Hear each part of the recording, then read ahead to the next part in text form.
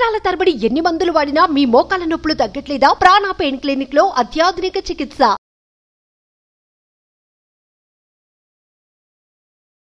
Hello sir. Hello madam. Sir, sugar patients కి ఏదైనా దెబ్బ తాకినా తొందరగా హీల్ అవ్వదు, లేదా ఏదైనా ఫర్ ఎగ్జాంపుల్ హార్ట్ అటాక్స్ లాంటివి ఏమైనా క్రానిక్ డిజీజెస్ వచ్చినా కూడా అంత తొందరగా తెలియదు అని అంటూ ఉంటారు. నిజంగానే కదా? చాలా మందికి నేను విన్నాను. Why is that so? షుగర్ వ్యాధి ఉంటే కూడా కొందరికి తెలియదు. ఏమైతుందంటే ఇప్పుడు పేషెంట్ కి 1 year బ్యాక్ షుగర్ వచ్చింది అనుకోండి. అప్పుడు పేషెంట్ ఏమనుకుంటాడు, ఒక 3-4 ఏళ్ల తర్వాత అరే నాకు 4 ఏళ్ల నుంచి షుగర్ ఉంది అని అనుకుంటాడు. కానీ అది కాదు, ఆయనకి షుగర్ వచ్చిందని 4 ఏళ్ల బ్యాక్ తెలిసింది, అది బాడీలో ఎప్పటి నుంచి ఉందో తెలియదు. అయితే ఏమైతుంది, ఏమైనా గాయాలైనా ఏమైనా దెబ్బలు తాకినా ఇప్పుడు వేరే మనిషికి 4 రోజుల్లో తగ్గుతుంది, మీకు 7-8 రోజులు పడుతుంది తగ్గనీకి. అయితే షుగర్ వ్యాధి మీకు వచ్చినట్టు ఉండొచ్చు. ఎందుకంటే షుగర్ వ్యాధి పేషెంట్లో ఏమవుతుంది, ఇప్పుడు ఏదైనా తింటాడు, నార్మల్ ఫుడే తింటుండి, ఇప్పుడు ఏమవుతుంది మందు వేసుకుంటాడు, అప్పుడు షుగర్ లెవెల్ రిపోర్ట్లు అయితే నార్మల్గా ఉంటాయి, కానీ లోపల అయ్యే డ్యామేజ్ అయితే అట్లనే నడుస్తుంటుంది. వీళ్ళకి ఏమవుతుంది అంటే ఎప్పుడైతే షుగర్ మెటబలైజ్ అవ్వదు బాడీలో, అప్పుడు ఏడొస్తుంది షుగర్, మొత్తం బ్లడ్లో వెళ్ళిపోతుంది షుగర్ వాల్యూలు పెరిగిపోతాయి. అట్లనే టిష్యూల్లో కూడా షుగర్ వాల్యూలు పెరిగిపోతాయి. ఇప్పుడు షుగర్ చెక్ చేస్తారు, బ్లడ్ తీసుకునే చేస్తారు కదా, అంటే బ్లడ్లో షుగర్ పెరిగిపోతుంది.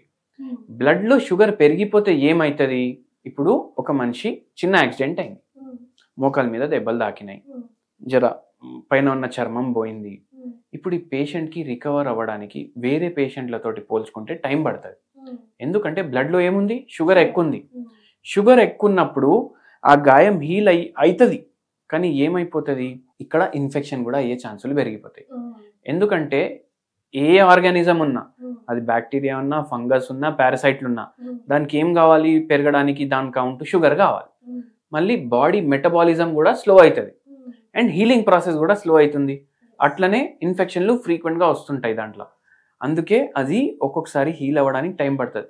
అండ్ ఇంకోటి ఏమవుతుంది, ఒక్కొక్కసారి నాన్ హీలింగ్ లాగా అయిపోతుంది, నాన్ హీలింగ్ అల్సర్లు అయిపోతాయి. మనం చాలా సార్లు చూస్తాం, అంటే ఆఖరికి లేజర్ చేయించుకోవాలన్న కంటికి షుగర్ కంట్రోల్లో ఉందా లేదా కంపల్సరీ చూస్తూ ఉంటారు. That crucial role. లేదంటే అసలు ఫస్ట్ షుగర్ కంట్రోల్ వచ్చిన తర్వాతనే ఇంకా నెక్స్ట్ స్టెప్ తీసుకుంటారు. అందుకే నెక్స్ట్ స్టెప్ ఎందుకు తీసుకుంటారు, ఇప్పుడు బాడీలో షుగర్ ఎప్పుడైతే ఎక్కువ ఉంటుంది ఈజీగా డ్యామేజ్ అయ్యే ఛాన్సులు ఉంటాయి. అందుకే ఇప్పుడు షుగర్ వ్యాధి వస్తే ఏమవుతుంది, కిడ్నీలు డ్యామేజ్ అవుతాయి అంటారు, నరాలు డ్యామేజ్ అవుతాయి అంటారు. ఒక్కొక్కసారి ఏమవుతుంది, మీరు చెప్పినట్టు వాటికి దెబ్బ తాకిందని అర్థం కూడా కాదు, ఎందుకంటే స్పర్శ తగ్గిపోతుంది. ఎందుకు, నరాలు డ్యామేజ్ అయినాయి, దేనివల్ల, షుగర్ వ్యాధి వల్ల. అందుకే షుగర్ని కంట్రోల్లో పెట్టుకోవాలి మనం. అది ఎట్లా రివర్స్ చేసుకోవడం ఎట్లా పాసిబుల్, ఆ మార్గాలు చూసుకోవాలి. ఇప్పుడు హోమియోపతి మందుల ద్వారా షుగర్ వ్యాధిని మనం పూర్తిగా రివర్స్ చేస్తాం పేషెంట్లో. సో వాళ్ళ లైఫ్ స్టైల్ కూడా మీ దానికి తగ్గట్టుగా, మీ ట్రీట్మెంట్ కి తగ్గట్టుగా డిజైన్ చేస్తారా సార్, పేషెంట్ టు పేషెంట్? అవును, పేషెంట్ టు పేషెంట్ మనం లైఫ్ స్టైల్ చేంజెస్ చెప్తాము. మళ్ళీ పేషెంట్ టు పేషెంట్ ఏమేమి తినాలి, ఎప్పుడెప్పుడు ఏమేమి తినాలి, ఏది ఇట్లా అవాయిడ్ చేయొద్దు. మనం పేషెంట్కి నచ్చినట్టు మనం డయట్ ఇస్తాం, పేషెంట్కి నచ్చినట్టు మనం లైఫ్ స్టైల్ ఇస్తాం.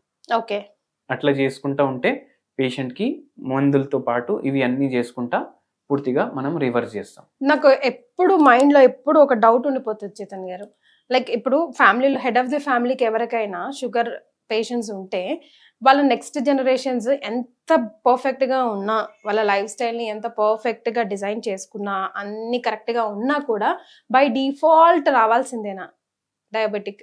వాళ్ళు ఎప్పుడు భయపడుతూ ఉండాల్సిందేనా? సింపుల్ ఎగ్జాంపుల్ చెప్తాను. ఇప్పుడు ఒక పేషెంట్ ఉండే, ఆ పేషెంట్ ఏంటంటే మోడలింగ్ ఫీల్డ్లో ఉండే. ఈ అమ్మాయిది పెళ్లి అయిపోయింది, ఏజ్ 29 years.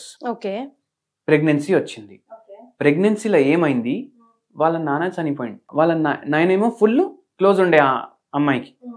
అప్పుడు ఏమైంది, ప్రెగ్నెన్సీలో వెయిట్ గెయిన్ అవ్వడం స్టార్ట్ అయింది, జెస్టేషనల్ డయాబెటీస్ అయిపోయింది. జెస్టేషనల్ డయాబెటీస్ అంటే కొందరు పేషెంట్లకు ఎట్లుంటుంది అంటే, ఎప్పుడైతే ప్రెగ్నెన్సీ వస్తుంది కదా, ఆ ప్రెగ్నెన్సీ పీరియడ్లోనే వాళ్ళకి షుగర్ వ్యాధి ఉంటుంది. మళ్ళీ ప్రెగ్నెన్సీ అయిపోయినాక షుగర్ వ్యాధి తగ్గిపోతుంది. కానీ కొందరిలో ఏమవుతుంది, అది అట్లనే కంటిన్యూ అయిపోతుంది. ఇప్పుడు అట్లనే కంటిన్యూ అయిపోయింది. అండ్ దాని తర్వాత 6 years or 7 years తర్వాత మన దగ్గరికి వచ్చిండ్రు. ఎందుకు వచ్చిండ్రు, ఇప్పుడు ఇంకో బేబీ కావాలి వాళ్ళకు, అవ్వట్లేదు ప్రెగ్నెన్సీ, షుగర్ లెవెల్లు కంట్రోల్లో లేవు. ఇప్పుడు ఈ పేషెంట్ది లైఫ్ స్టైల్ పర్ఫెక్ట్ ఉండే. ఎందుకంటే మీకు తెలుసు మోడలింగ్ బిజినెస్లో ఉన్న వాళ్ళు వాళ్ళ డైట్ కరెక్ట్ పెట్టుకుంటారు, బక్కగా ఉంటారు. అయినా ఎందుకు వచ్చింది షుగర్ వ్యాధి అంటే స్ట్రెస్ కూడా ఒక ఇంపార్టెంట్ ఫ్యాక్టర్. ఓకే. ఇప్పుడు అన్ని కరెక్ట్ మెయింటైన్ చేసుకుంటారు కొందరు. ఇప్పుడు చూడండి చాలా మంది ఎక్సర్సైజులు చేసేటోళ్ళు ఉన్నారు, వాళ్ళకు కూడా హార్ట్ అటాక్లు వస్తున్నాయి. ఎందుకు? వాళ్ళకి ఏదో అండర్లైన్ స్ట్రెస్ ఫ్యాక్టర్ ఉంటుంది. ఇప్పుడు ఈ పేషెంట్కి కూడా అట్లా ఉండే. ఈ పేషెంట్కి మనం మందులు ఇచ్చేసి మళ్ళీ మొత్తం నాన్ డయాబెటిక్ స్టేజ్కి తీసుకొచ్చినాము. దాని తర్వాత ఆ పేషెంట్కి ప్రెగ్నెన్సీ కూడా వచ్చింది. ఇప్పుడు మళ్ళీ అవేర్నెస్ ఎక్కువ అయింది, హోమియోపతి మీద చాలా మగ్గు చూపిస్తున్నారు అనిపిస్తుంది సార్, మీకేమనిపిస్తుంది? ఇప్పుడు హోమియోపతి మెడిసిన్ ఎట్లుంటుంది అంటే పేషెంట్కి ఎటువంటి సైడ్ ఎఫెక్ట్ చూపించదు వాళ్ళ బాడీ మీద. మళ్ళీ పేషెంట్కి ఈ మందులకి అలవాటు అవ్వదు. అండ్ దీనివల్ల రోగం ఏదైతే ఉంది అది పూర్తిగా తగ్గుతుంది అని అంటాం మేము. ఎందుకంటాము? ఇప్పుడు ఏ వ్యాధి అన్నా, షుగర్ వ్యాధి కానీ, మోకాల నొప్పులు కానీ, ఆర్థరైటిస్లు, స్పాండ్లోసిస్, మళ్ళీ బీపీ, లివర్కి సంబంధించిన రోగాలు, ఇవి వస్తే ఏమవుతుంది పేషెంట్ మైండ్లో? ఒకటి భయం వచ్చేస్తుంది, ఎప్పటికీ ఈ రోగాలు ఉంటాయన్న బాడీలో అనేసి. అండ్ మనం ఈ రోగాల్ని పూర్తిగా తగ్గిస్తాం. టైం పడుతుంది. ఎందుకంటే ఈ రోగాలు ఎప్పటి నుంచి ఉన్నాయి వాళ్ళ బాడీలో మనకు తెలియదు. అయితే అందుకే జర టైం పడుతుంది. అండ్ హోమియోపతి పూర్తిగా దాన్ని బాడీ బయటికి తీస్తుంది, రూట్ కాజ్ ని ట్రీట్ చేస్తాం మనం. అండ్ హోలిస్టిక్ ట్రీట్మెంట్ ఉంటుంది. మనం హెడ్ నుంచి టో వరకు సిమ్టమ్లు తీసుకుంటాం. పేషెంట్ వస్తే మైండ్ ఎట్లాంటిది కన్సిడర్ చేస్తాం, మైండ్లో ఎటువంటి సిమ్టమ్లు ఉన్నాయి కన్సిడర్ చేస్తాం. అంటే మెంటల్ హెల్త్ అనేసి ఇప్పుడు ఇంత అంటున్నారు కదా, మనం ఎప్పటి నుంచి హోమియోపతి ఉంది అప్పటి నుంచి మెంటల్ సిమ్టమ్స్కి ఇంపార్టెన్స్ ఇస్తాం. మళ్ళీ దాని తర్వాత పేషెంట్ ఎంతసేపు పాడుకుంటుండు, ఎటువంటి కళలు వస్తాయి పేషెంట్కి ఫ్యాన్ ఉంటే సెట్ అవుతుందా, మంచిగా అనిపిస్తుందా, లేదంటే బయట గాలిలో సెట్ అవుతుందా, ఇన్ని కన్సిడర్ చేసి మనం మెడిసిన్ ఇస్తాం.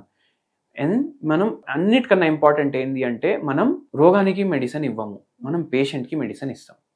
అందుకే ఇప్పుడు జనాలు అది అవేర్నెస్ పెరిగి ఇప్పుడు హోమియోపతికి వస్తున్నారు. దట్స్ ట్రూ సార్, ఇప్పుడు నిజంగానే అవేర్నెస్ పెరిగింది. Right, thank you so much for joining us. Thank you.